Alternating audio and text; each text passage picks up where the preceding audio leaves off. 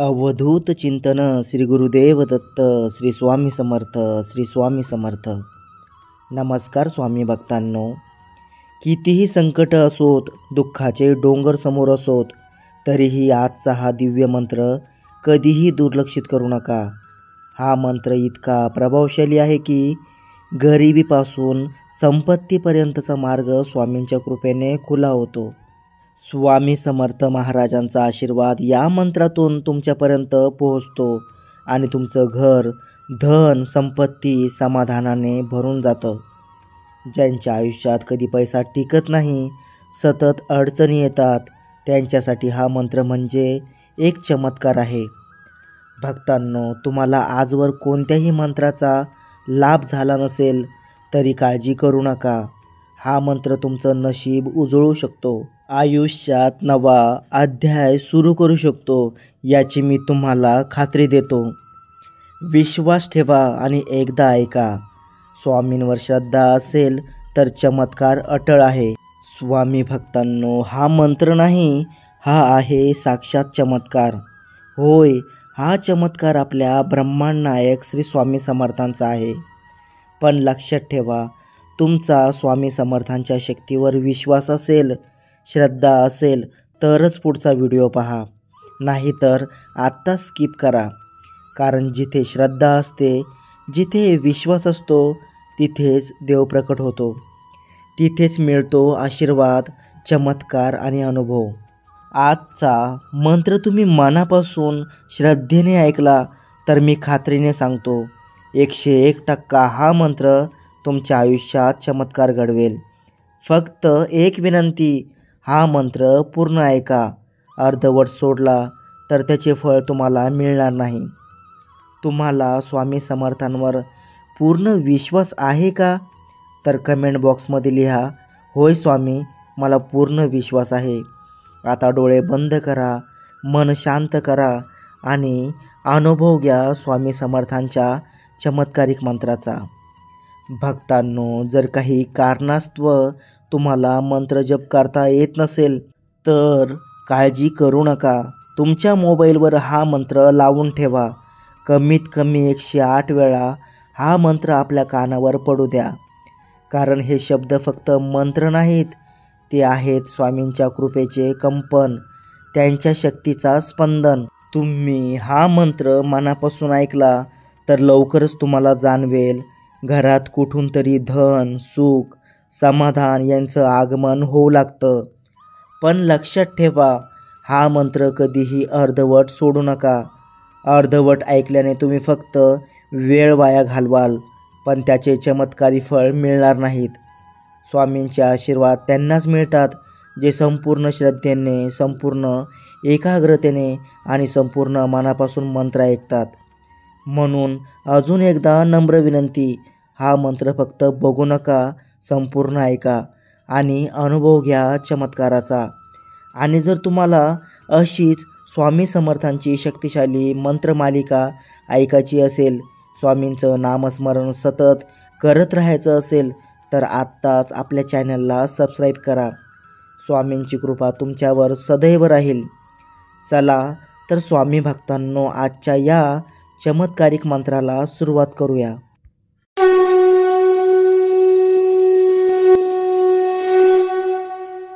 ओम श्री स्वामी समर्थाय सर्व कष्ट निवारणाय नमः. ओम श्री स्वामी समर्थाय सर्व कष्ट निवारणाय नमः. ओम श्री स्वामी समर्थाय सर्व कष्ट निवारणाय नमः. ओम श्री स्वामी समर्थाय सर्व कष्ट निवारणाय नमः. ओम श्री स्वामी समर्थाय सर्व कष्ट निवारणाय नमः. ओम श्री स्वामी समर्थाय सर्व कष्ट निवारणाय नमः. ओम श्री स्वामी समर्थाय सर्व कष्ट निवारणाय नमः. ओम श्री स्वामी समर्थाय सर्वकष्टनिवारणाय नमः। ओम श्री स्वामी समर्थाय सर्वकष्टनिवारणाय नमः। ओम श्री स्वामी समर्थाय सर्वकष्टनिवारणाय नमः। ओम श्री स्वामी समर्थाय सर्वकष्टनिवारणाय नमः। ओम श्री स्वामी समर्थाय सर्वकष्टनिवारणाय नमः। ओम श्री स्वामी समर्थाय सर्वकष्टनिवारणाय नमः। ओम श्री स्वामी समर्थाय सर्वकष्टनिवारणाय नमः। ओम श्री स्वामी समर्थाय सर्वकष्टनिवारणाय नमः। ओम श्री स्वामी समर्थाय सर्वकष्टनिवारणाय नमः। ओम श्री स्वामी समर्थाय सर्वकष्टनिवारणाय नमः। ओम श्री स्वामी समर्थाय सर्वकष्टनिवारणाय नमः। ओम श्री स्वामी समर्थाय सर्वकष्टनिवारणाय नमः। ओम श्री स्वामी समर्थाय सर्वकष्टनिवारणाय नमः। ओम श्री स्वामी समर्थाय सर्वकष्टनिवारणाय नमः। ओम श्री स्वामी समर्थाय सर्वकष्टनिवारणाय नमः। ओम श्री स्वामी समर्थाय सर्वकष्टनिवारणाय नमः। ओम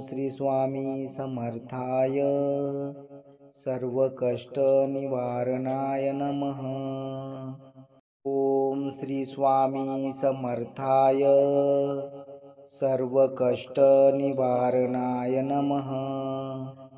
ओम श्री स्वामी समर्थाय सर्वकष्टनिवारणाय नमः।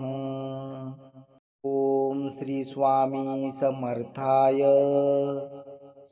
सर्वकष्टनिवारणाय नमः। ओम श्री स्वामी समर्थाय सर्वकष्टनिवारणाय नमः। ओम श्री स्वामी समर्थाय सर्वकष्टनिवारणाय नमः। ओम श्री स्वामी समर्थाय सर्वकष्टनिवारणाय नमः। ओम श्री स्वामी समर्थाय सर्वकष्टनिवारणाय नमः। ओम श्री स्वामी समर्थाय सर्वकष्टनिवारणाय नमः। ओम श्री स्वामी समर्थाय सर्वकष्टनिवारणाय नमः। ओम श्री स्वामी समर्थाय सर्वकष्टनिवारणाय नमः। ओम श्री स्वामी समर्थाय सर्वकष्टनिवारणाय नमः। ओम श्री स्वामी समर्थाय सर्वकष्टनिवारणाय नमः। ओम श्री स्वामी समर्थाय सर्वकष्टनिवारणाय नमः। ओम श्री स्वामी समर्थाय सर्वकष्टनिवारणाय नमः। ओम श्री स्वामी समर्थाय सर्वकष्टनिवारणाय नमः। ओम श्री स्वामी समर्थाय सर्वकष्टनिवारणाय नमः।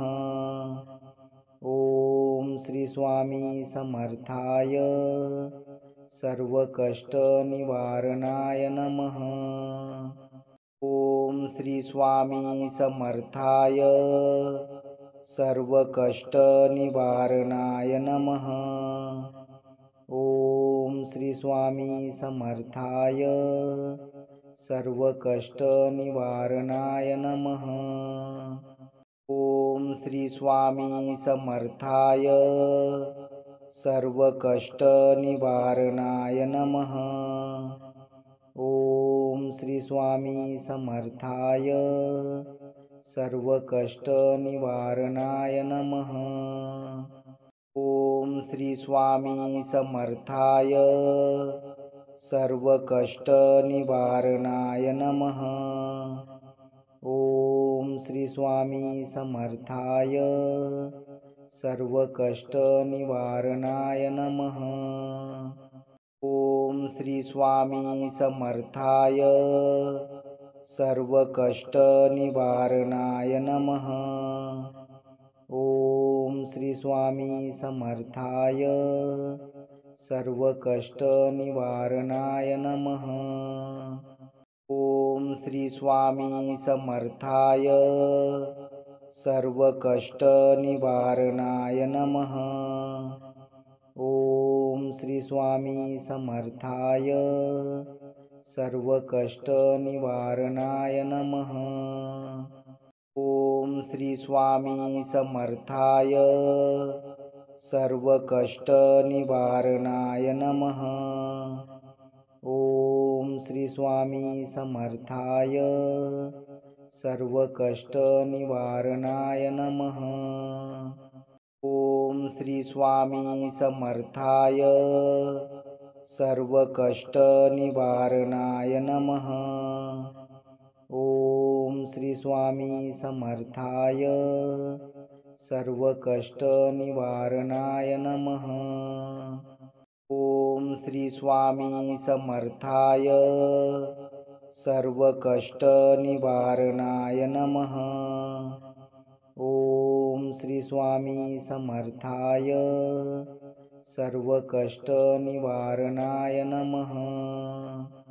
ओम श्री स्वामी समर्थाय सर्वकष्टनिवारणाय नमः।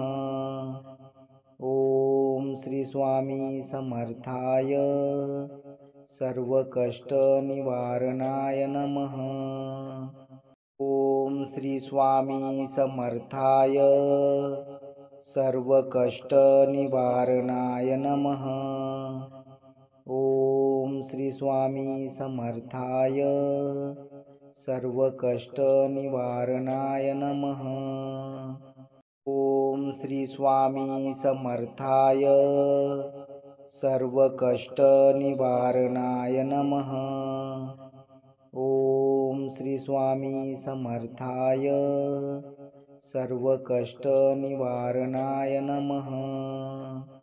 ओम श्री स्वामी समर्थाय सर्वकष्टनिवारणाय नमः। ओम श्री स्वामी समर्थाय सर्वकष्टनिवारणाय नमः। ओम श्री स्वामी समर्थाय सर्वकष्टनिवारणाय नमः। ओम श्री स्वामी समर्थाय सर्वकष्टनिवारणाय नमः। ओम श्री स्वामी समर्थाय सर्वकष्टनिवारणाय नमः। ओम श्री स्वामी समर्थाय सर्वकष्टनिवारणाय नमः। ओम श्री स्वामी समर्थाय सर्वकष्टनिवारणाय नमः।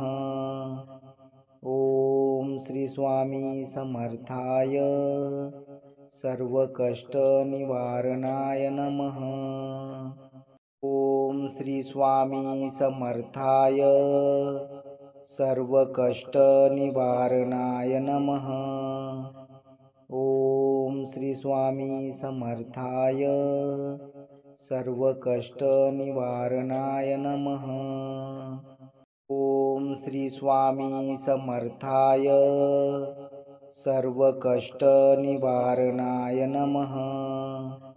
ओम श्री स्वामी समर्थाय सर्वकष्टनिवारणाय नमः। ओम श्री स्वामी समर्थाय सर्वकष्टनिवारणाय नमः। ओम श्री स्वामी समर्थाय सर्वकष्टनिवारणाय नमः। ओम श्री स्वामी समर्थाय सर्वकष्टनिवारणाय नमः।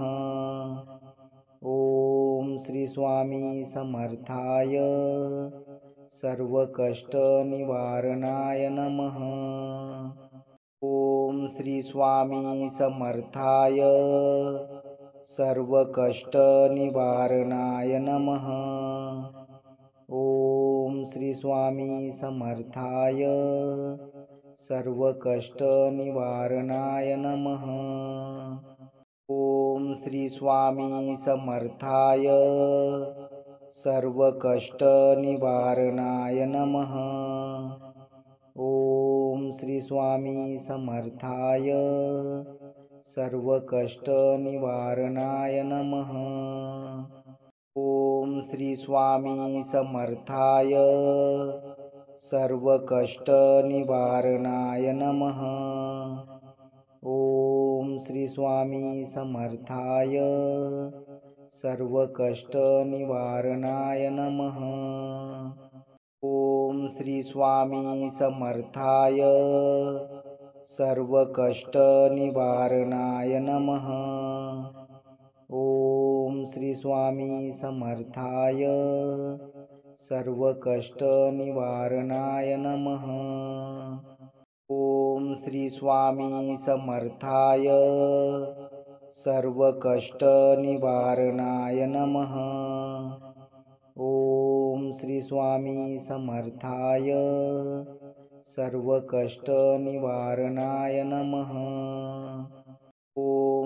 स्वामी समर्थाय सर्वकष्टनिवारणाय नमः।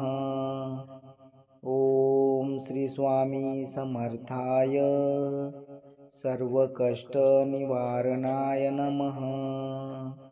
ओम श्री स्वामी समर्थाय सर्वकष्टनिवारणाय नमः। ओम श्री स्वामी समर्थाय सर्वकष्टनिवारणाय नमः। ओम श्री स्वामी समर्थाय सर्वकष्टनिवारणाय नमः। ओम श्री स्वामी समर्थाय सर्वकष्टनिवारणाय नमः। ओम श्री स्वामी समर्थाय सर्वकष्टनिवारणाय नमः। ओम श्री स्वामी समर्थाय सर्वकष्टनिवारणाय नमः। ओम श्री स्वामी समर्थाय सर्वकष्टनिवारणाय नमः। ओम श्री स्वामी समर्थाय सर्वकष्टनिवारणाय नमः। ओम श्री स्वामी समर्थाय सर्वकष्टनिवारणाय नमः। ओम श्री स्वामी समर्थाय सर्वकष्टनिवारणाय नमः। ओम श्री स्वामी समर्थाय सर्वकष्टनिवारणाय नमः। ओम श्री स्वामी समर्थाय सर्वकष्टनिवारणाय नमः। ओम श्री स्वामी समर्थाय सर्वकष्टनिवारणाय नमः। ओम श्री स्वामी समर्थाय सर्वकष्टनिवारणाय नमः। ओम श्री स्वामी समर्थाय सर्वकष्टनिवारणाय नमः। ओम श्री स्वामी समर्थाय सर्वकष्टनिवारणाय नमः। ओम श्री स्वामी समर्थाय सर्वकष्टनिवारणाय नमः। ओम श्री स्वामी समर्थाय सर्वकष्टनिवारणाय नमः। ओम श्री स्वामी समर्थाय सर्वकष्टनिवारणाय नमः। ओम श्री स्वामी समर्थाय सर्वकष्टनिवारणाय नमः।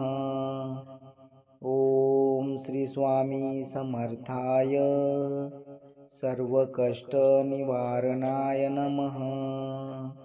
ओम श्री स्वामी समर्थाय सर्वकष्टनिवारणाय नमः। ओम श्री स्वामी समर्थाय सर्वकष्टनिवारणाय नमः। ओम श्री स्वामी समर्थाय सर्वकष्टनिवारणाय नमः। ओम श्री स्वामी समर्थाय सर्वकष्टनिवारणाय नमः। ओम श्री स्वामी समर्थाय सर्वकष्टनिवारणाय नमः। ओम श्री स्वामी समर्थाय सर्वकष्टनिवारणाय नमः। ओम श्री स्वामी समर्थाय सर्वकष्टनिवारणाय नमः। ओम श्री स्वामी समर्थाय सर्वकष्टनिवारणाय नमः। ओम श्री स्वामी समर्थाय सर्वकष्टनिवारणाय नमः। ओम श्री स्वामी समर्थाय सर्वकष्टनिवारणाय नमः। ओम श्री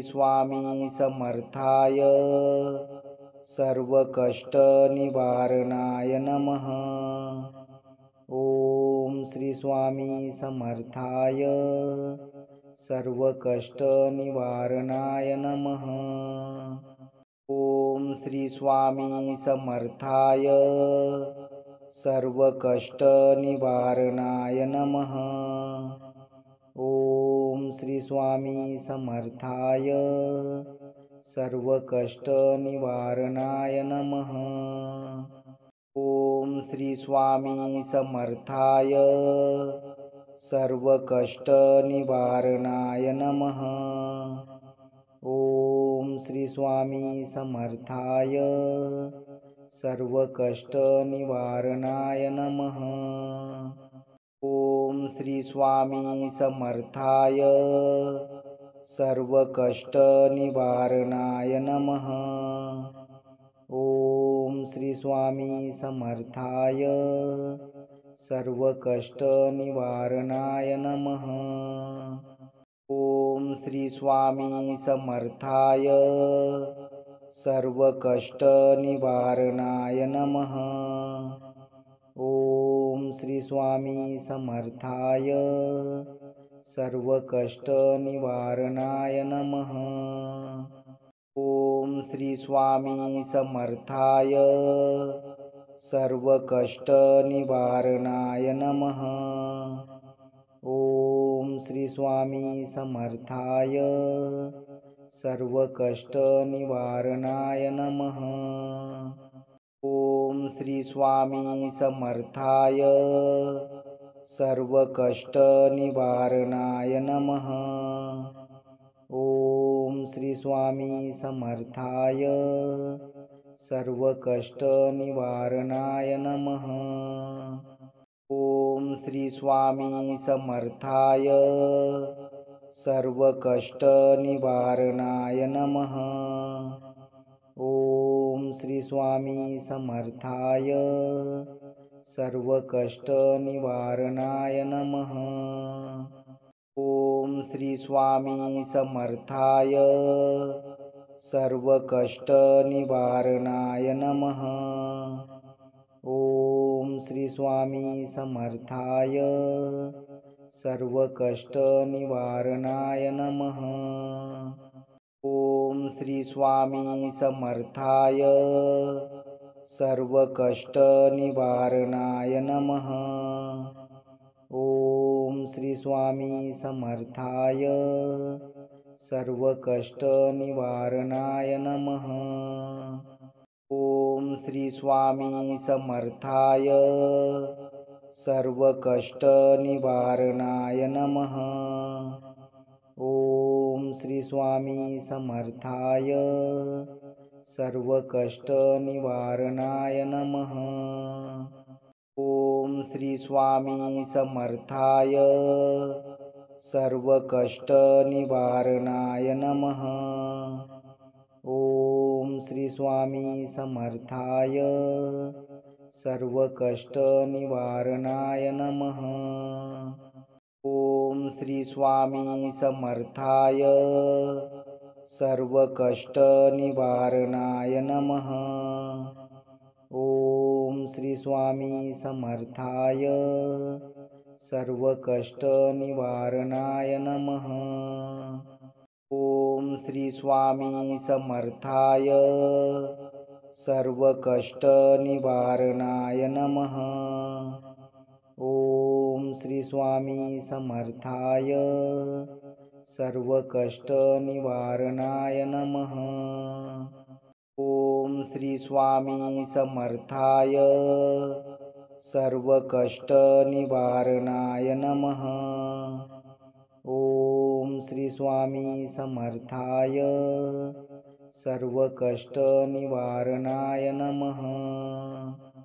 ओम श्री स्वामी समर्थाय सर्वकष्टनिवारणाय नमः। ओम श्री स्वामी समर्थाय सर्वकष्टनिवारणाय नमः। ओम श्री स्वामी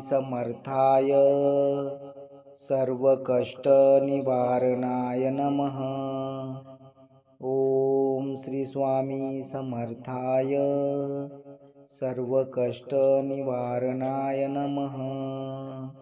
ओम श्री स्वामी समर्थाय सर्वकष्टनिवारणाय नमः। ओम श्री स्वामी समर्थाय सर्वकष्टनिवारणाय नमः। ओम श्री स्वामी समर्थाय सर्वकष्टनिवारणाय नमः। ओम श्री स्वामी समर्थाय सर्वकष्टनिवारणाय नमः। ओम श्री स्वामी समर्थाय सर्वकष्टनिवारणाय नमः। ओम श्री स्वामी समर्थाय सर्वकष्टनिवारणाय नमः। ओम श्री स्वामी समर्थाय सर्वकष्टनिवारणाय नमः। ओम श्री स्वामी समर्थाय सर्वकष्टनिवारणाय नमः। ओम श्री स्वामी समर्थाय सर्वकष्टनिवारणाय नमः। ओम श्री स्वामी समर्थाय सर्वकष्टनिवारणाय नमः। ओम श्री स्वामी समर्थाय सर्वकष्टनिवारणाय नमः। ओम श्री स्वामी समर्थाय सर्वकष्टनिवारणाय नमः। ओम श्री स्वामी समर्थाय सर्वकष्टनिवारणाय नमः। ओम श्री स्वामी समर्थाय सर्वकष्टनिवारणाय नमः। ओम श्री स्वामी समर्थाय सर्वकष्टनिवारणाय नमः।